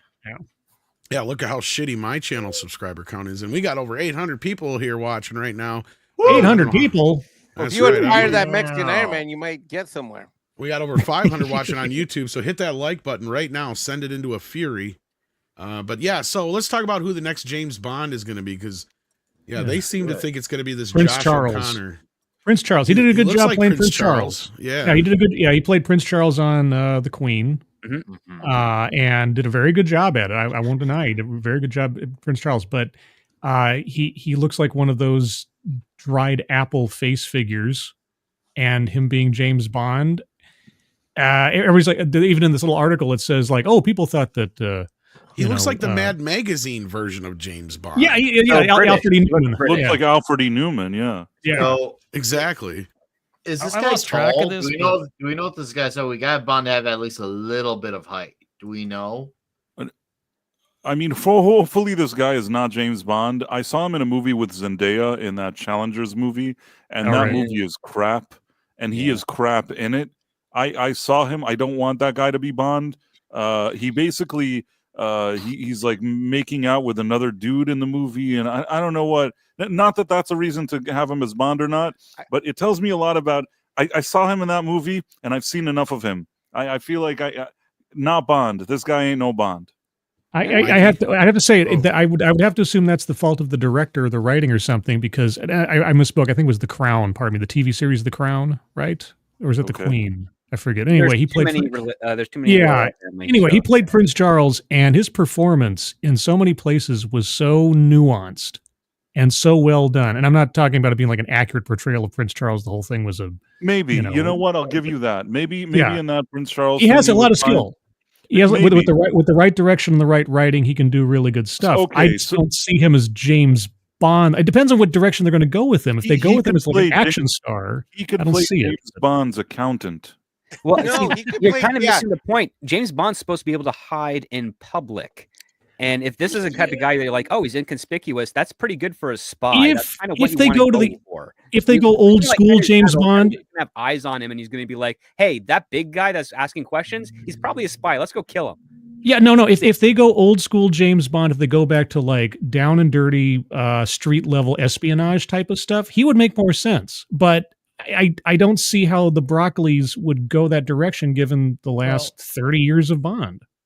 This is where I was wondering. I read an article a couple of weeks ago, and I'm just behind the scenes here. I'm trying to find the link, but I've totally lost track of it.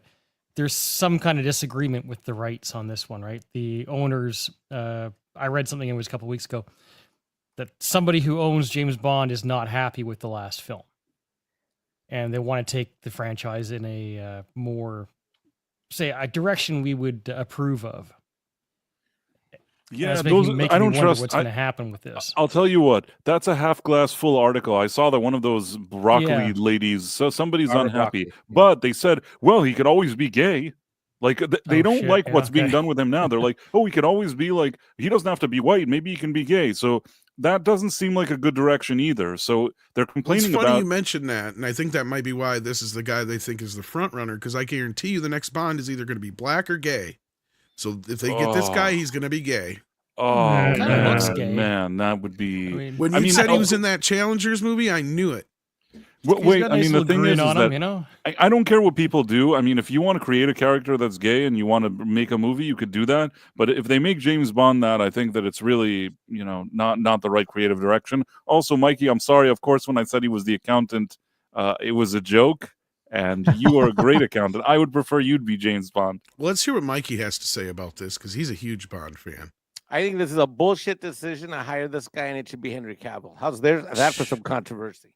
Well, the other option is Aaron Taylor Johnson. Henry Cavill in a Bond movie is not going to bring an audience. I'm sorry, he's not leading man material. I've got a newsflash. Bond movies in general don't bring a shit ton of money to the theaters in general, anyways. There's that not Bond. In recent years, Nobody.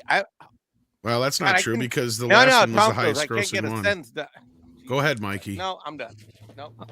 No, like you're right. The Oh, last one was the highest guys have grossing fun. because it was the I'm gonna do it. death of Bond thing. But one of Let the best Mikey parts of Casino talk. Royale was the game at the table, and that's not an expensive scene. I'm gonna mute everybody. No, you I can't didn't mute do everybody. anything wrong. No, I have nothing to say. I don't know what I was gonna say. No, go to everybody else. I'm seriously, I don't have anything to say. No, you want to talk about No, Bond? I was I will in a correcting minute. them. Oh, take me off the screen. I'll change the template myself. Mikey, what's your second choice to Cavill? I don't care. Oh, okay. Never mind then. I think Aaron Taylor Johnson is not my first choice, but if I had to choose between Aaron Taylor Johnson and this guy, Aaron Taylor Johnson all the way. I'd like for it to be an unknown. I think an unknown who would be nice to see. Get a guy who we don't know about the same way. Granted, we have not seen the movie yet, but I do like that James Gunn picked an unknown to get on board for Superman. I'd like to have a fresh face. That way, when we see the actor, especially if he's a guy who looks and acts like Bond, we'll see James Bond first before we see the actor first. I would like that. I think that would be really cool to have. They don't really do unknowns anymore, though. They really don't, but I'd love to see that. Still. I'd love to see it. And that's hey, I'll admit it's probably a pipe dream, but hey, a man will still have that dream.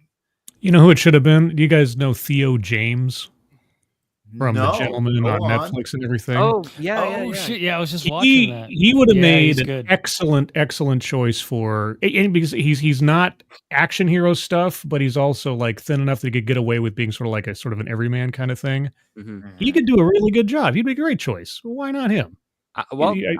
Good. I would say if you really want to find someone British and unknown, the only people that live in the UK would probably know the actors, but go to like an old soap opera show like EastEnders and find a young looking guy there and bring him to the forefront for Bond. That's one way to do it. So yeah, like, if they have James Bond kissing a man, it's done. The whole thing falls apart. No, I need him with some sex. That's not some homophobia thing. That's just like, that's not the character. The character is a womanizing, chauvinistic man of action. It's not. He's not a gentleman. He's the exact opposite of one. Right. Exactly. Could be further from it. He's out he works for the for British Queen government. and Country. Yeah, for Queen and Country, and he will do whatever it takes by any means necessary to get the job done. Hence why he has a lot of his womanizing techniques, because if that's what needs to get done to do it, he benefits from it on a personal level, but also ultimately at the end of the day, it is just business for him too.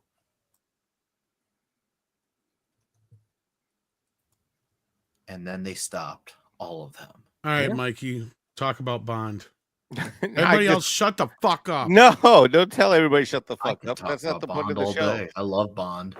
Yeah, so you can't see. There you go. You told Nick to shut the fuck up. He couldn't do it. I already said what I had to say. I want Henry Cavill to play Bond, and I don't give a flying fuck. I just don't want this guy to play Bond because I think this guy's a fucking dweeb. If I want to order a goddamn latte, I'll call this guy and order a goddamn latte. If I want an average British guy, I probably should go down to Trafalgar Square and see who's hanging out by the transgender monument. When I think British, I better get somebody macho, and I better get someone looking tall. I don't give a flying fuck. Give me someone manly to look at. From Britain? Look at. Ooh, that's what I'm saying. You sound like Backdoor Gary. I'm going to do that every time Nick talks. Nick, say something. Backdoor. I thought it was against the law to be manly in there, in that part of the world now. Exactly. That's why you need Henry Cavill. What's all this? This is every movie up through that's been announced so far through 2027. Oh, right. How many of them are sequels or remakes again? Almost all of them. Freakier Friday.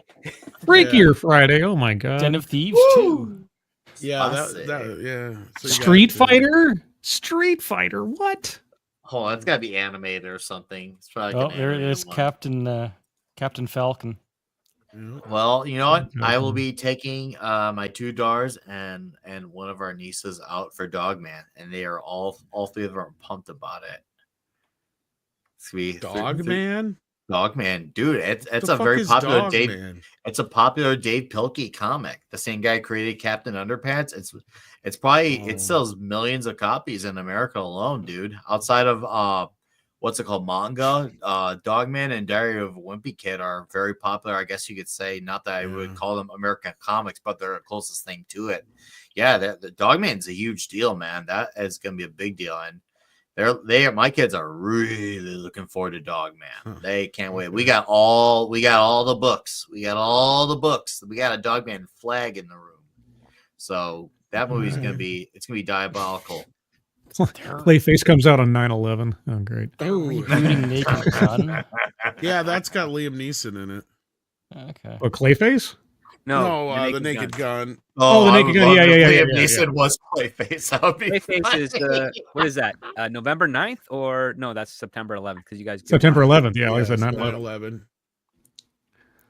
Do you think it'll actually happen with all the other delays and everything going on with DC right now? I don't think it's coming out this year.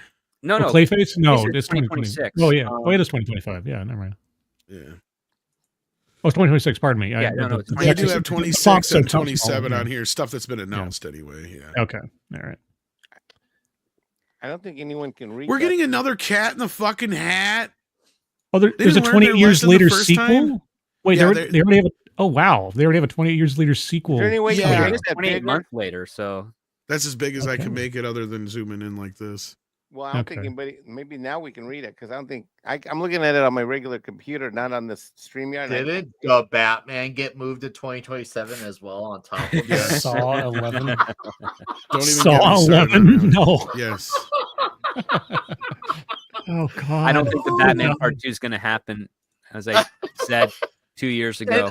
And on top of it, did the Brave and the Bold get pushed back too? On top of Yes. Brave and the Bold is not. Well- Yeah, it's Oh, still hey. being worked on the script level. The Smurfs musical. Sure, why I not? didn't know Gotta that be- was a thing. Gotta be better than Joker sounds 2. crappy. The Anaconda. Oh, the Anaconda. All right. Soul Yeah. Do Mate. you know what the Anaconda thing is? Did you guys Isn't see a what that remake of is? Anaconda? Anaconda? I know Okay, what it Anaconda is Yeah. fucking Jack Black and Yeah. Paul Rudd Mhm. are two guys who are remaking Anaconda. That's what the movie's about. Yes. Because it's their favorite film from when they were kids or whatever. Or teenagers. Anacondum's actually a pretty good name for it. Now, Anaconda If would be amazing.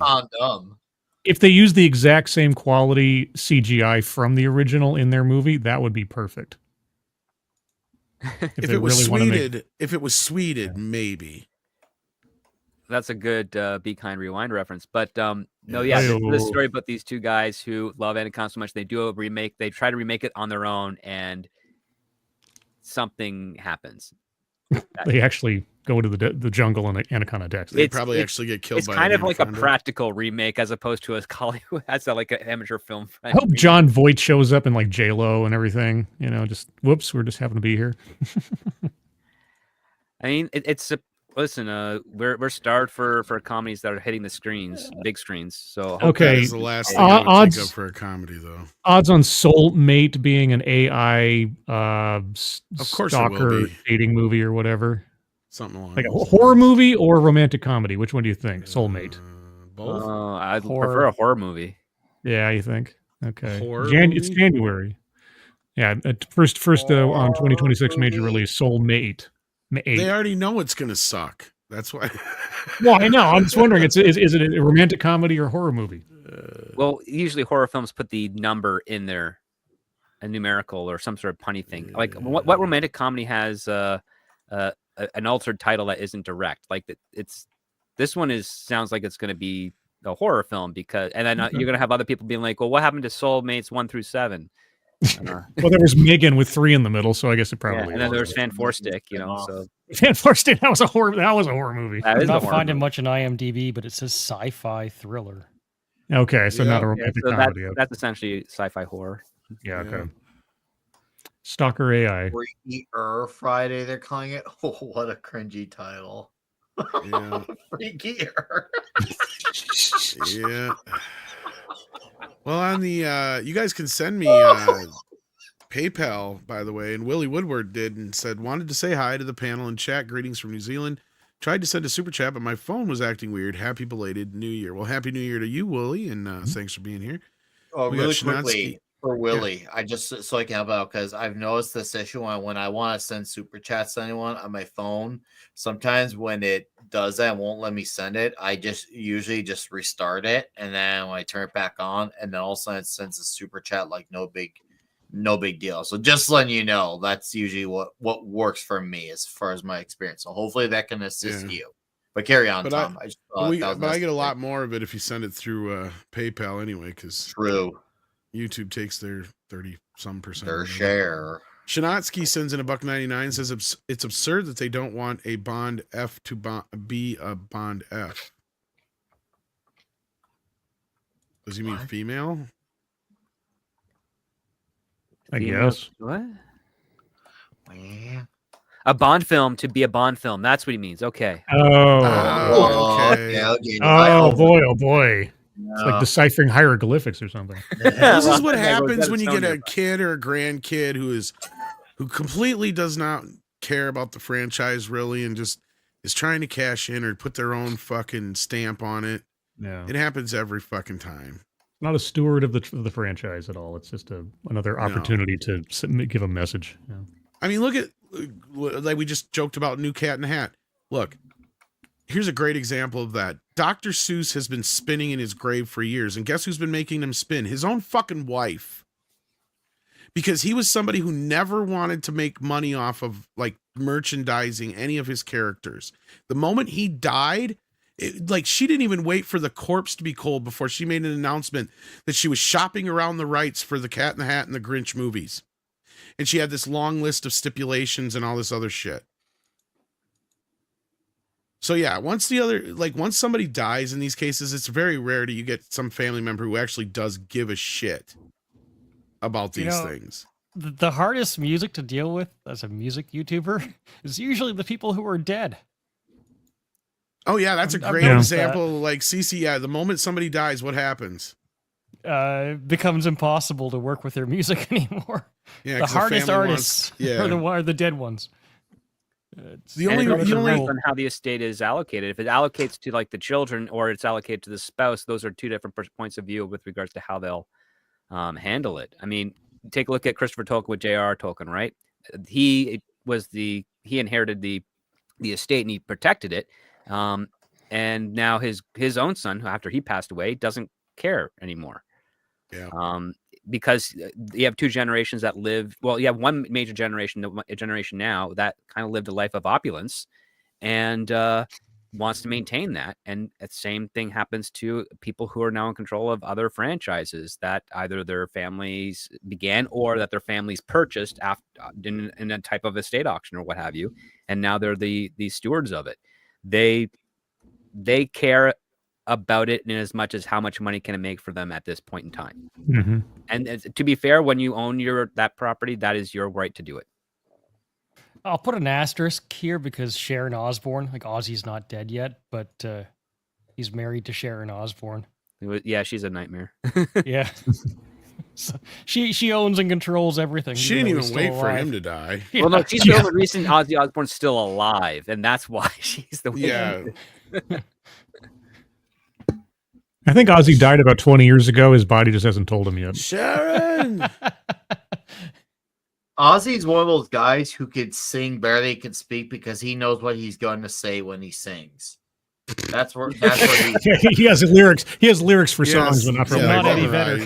When your lyrics are that like basically encoded in your DNA, that it's like, okay, well, I've been saying this, for 200 days a year for 40 years.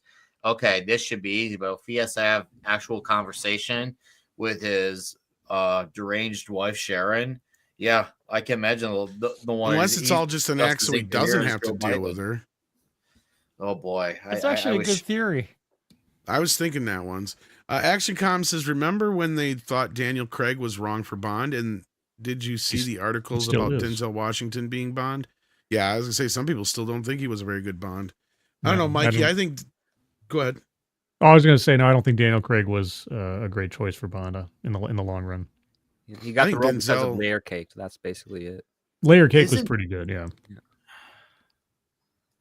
Layer Cake and Casino Royale were his only two good roles, and maybe that movie with Angelina Jolie, the Lara Croft movie.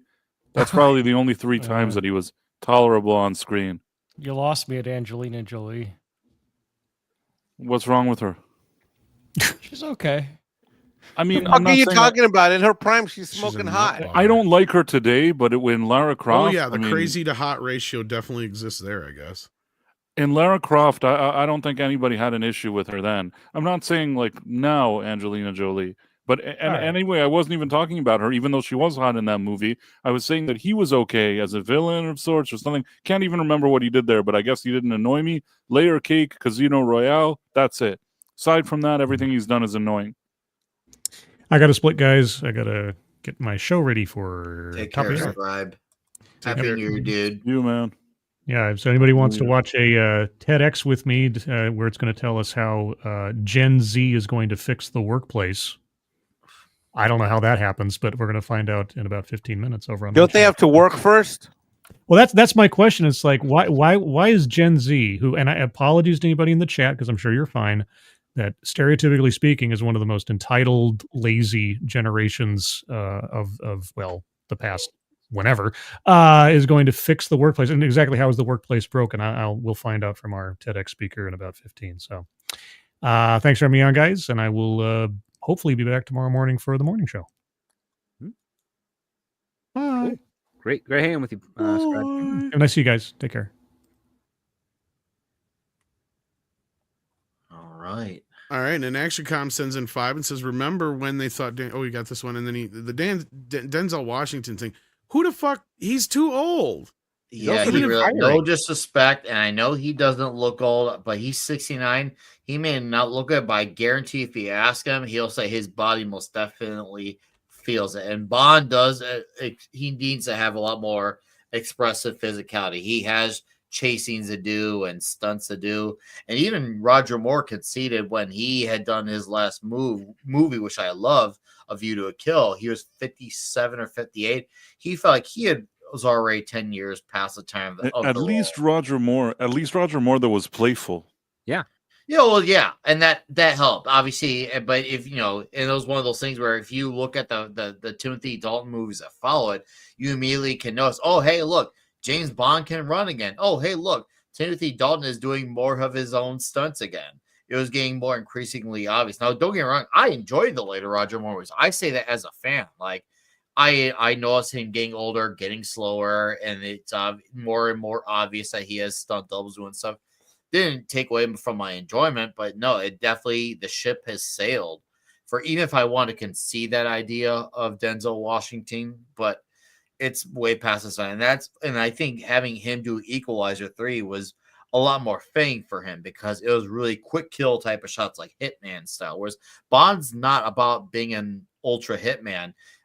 Bond does stuff that's very stylish and with class. And his character, God, what's his name in The Equalizer? I can't believe I'm already forgetting The Equalizer's name.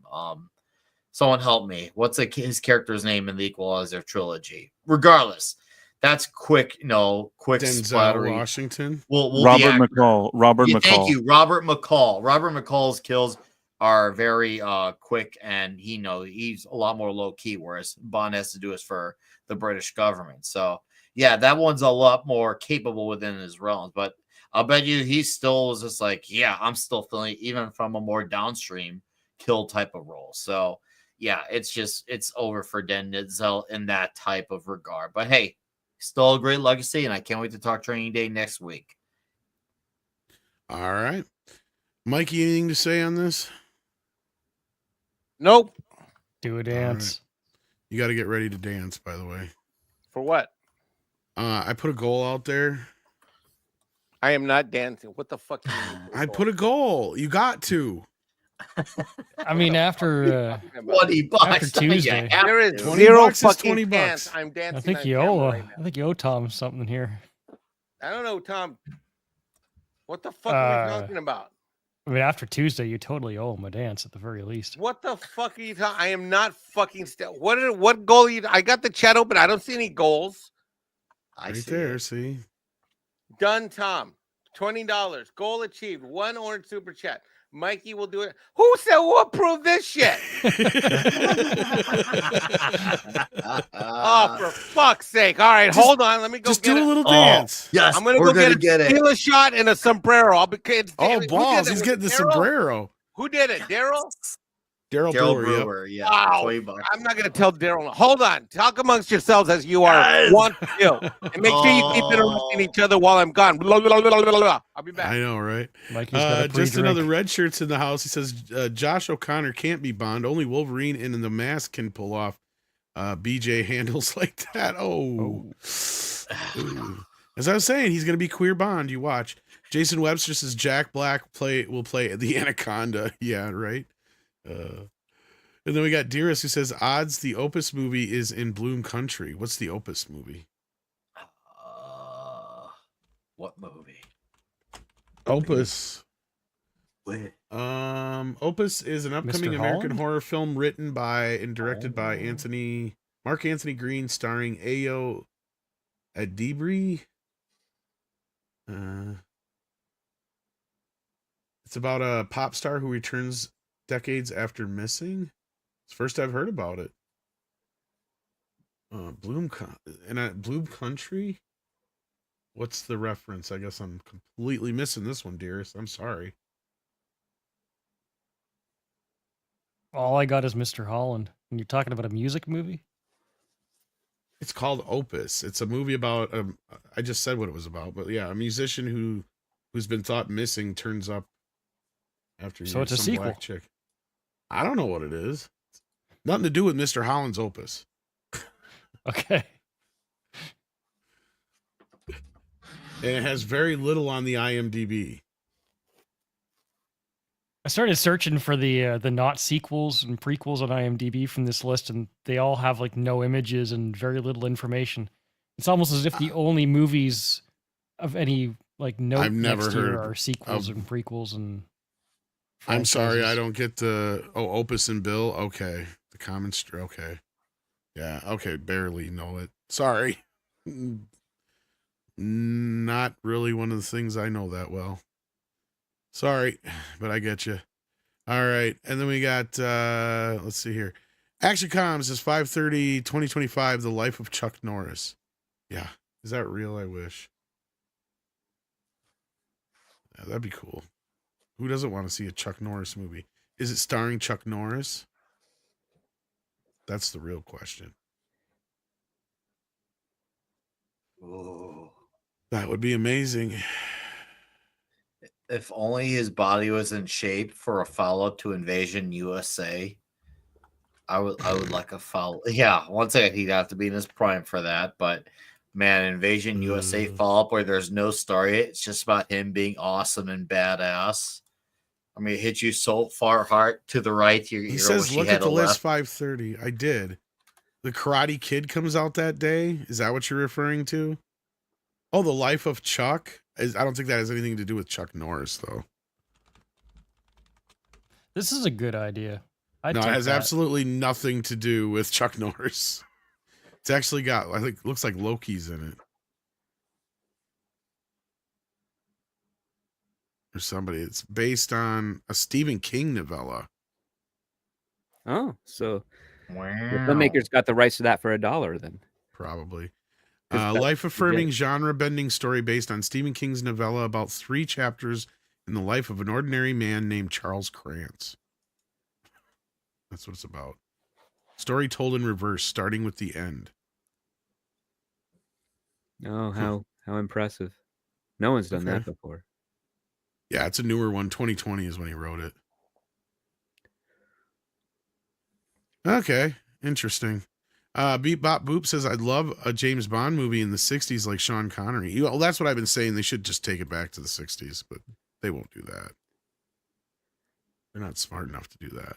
Klekioki says with 5, why are the rights not with Fleming family? How did they end up with Broccoli family? Did I miss something? How did the rights even end up at MGM? Oh, Oh, well, this is a really long, convoluted thing. But go I ahead. can do it quickly. Casper Fleming, who is the son of Ian Fleming, died at the age of 23 in the 70s, and then basically everything else became free auctionable. There's no one to inherit alive the Bond franchise. That's how it got to Broccoli Family, MGM, and whatnot. Well, Albert Broccoli Ouch. was the one that made initially the films, so there must be a reason why the Broccoli's are involved. Otherwise, these studios would get rid of them. Pretty much. I mean, James Bond is technically public domain, but the film rights are a different set. Those are currently held by the Broccoli family. There used to be another partner, but they separated in the 70s, I think. So yeah, It's only public domain in certain countries. Majority of the world is public domain. But I don't think the U.S. is one of them. I know I Canada is, I but think not in about US. 5 or 6 years, will be public domain in the U.S. because of Time of Death of Ian Fleming, last published novel. I think it'll be pretty soon. It's pretty soon. I know it's public domain in most of Europe, Canada, Australia. When can I make my own film? When can I do a James Bond and just say screw you to all those other people? If you make it in another country, you can do that. No, when can I do it all over the world? Screw you to everybody, but all over the world. I mean, if you make it in another country, it still allows you to sell all over the world. There's a reason why Never Say Never Again is a James Bond film that is not of the James No, Bond. but the reason But they that haven't tried it since, which makes me think that people are Never too Say scared. Never Say Never Well, that's Again. because it's based off the same book. That's the problem. Okay, Never Say Never Again had initially a co-author, which he claimed that Fleming screwed him over, Mhm. and that he was initially the co-author or something like that. And then he was able to prove somehow that he's a co-author, which means that he could do his own version of that movie. But that was a very, very specific case. Right. I don't think we can get away with it. I mean, if I made a movie, could I show it all over the world? Yes. Even in the US? Yes. But you have to make it in another country where it's public domain because you can distribute anywhere. Can I make it in England, or in England it's part of the not public domain? No, it's public domain in England. You can make it in England. You could save yourself a 5-hour trip and or a plane ride and just do it in Canada. You can make it physically in Canada. So why isn't anybody doing this? If anybody can do James Bond, why aren't we doing this? No one's really That's interested. what I'm wondering. That's the I thing. don't know. I think No there's one's more to it interested, than and some that. people are also worried about going through a legal case from the Broccoli estate, even though legally they'll be fine. But again, they can make the complaint, but that We complaint can't comes get the with- music, right? We can't do the Can't use music. the music. No, you can make the complaint, but you still have to pay to defend against the complaint, and that's the thing that people are upset about. And this When does the happens to a music? lot of When does people. the music become public domain, or is that Not like for 50 another million? like 50, 60 years, probably. Yeah. You have exactly 30 seconds to play that Mexican Iron Man music, or you're losing your dance window. Well, Mikey, we also got one from Willie Woodward for the Mexican Iron Man sexy dance. He says sexy, so it's got to be sexy. All right, You well, gotta I make it figured, sexy. I figured something like this would happen. So I have gone and retrieved official margarita salt. Oh, wow. I have retrieved an official lime. This is going to be authentic as fuck. Oh, this is gonna be I have great. retrieved the official Mexican Iron Man New Mexico cowboy knife. Hey, Jonathan Major's on the head of that. Ooh, Oh, nice. there, right? We're going to cut the knife, not on screen, so we're not demonetized. We're going to cut the lemon with the knife. We now have parts of the lime. We now have this authentic Mexican tequila shot. We are now taking aforementioned lime, and we are now dipping it in the aforementioned margarita salt. You see that? Mm-hmm. Yep. We have taken a brand new bottle of Don Julio, you guys. Brand new, breaking the Brand seal new. for you freaking meat fans, you meat fans. How much is that a bottle? Well, it ain't cheap. It ain't cheap. We have our mixer, Oh, he's even mixing it up. ice. Oh, look at that. Damn. He's all ready. We're gonna take it up. We're gonna approximate a shot or more. More. We're gonna mix it. This sucker up, get it nice and cold.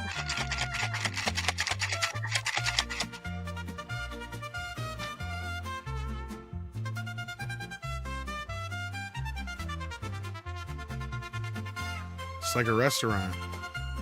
It's like Chili's. See that, in this everybody? place. Mm. Nicely done. We in. Olay. Official Mexican hat. Get him, Mikey. How much more authentic can I make this? This I don't is know. awesome. I love this. I figured I gotta do something great because unless I do something wild, I can't get Nick to shut up and not interrupt me tonight. So we're doing this. I 3, love this. 2, 2. 1.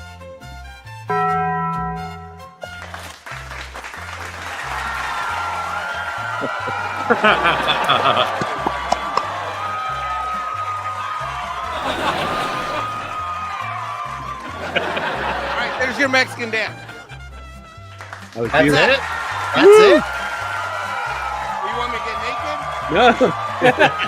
There we go.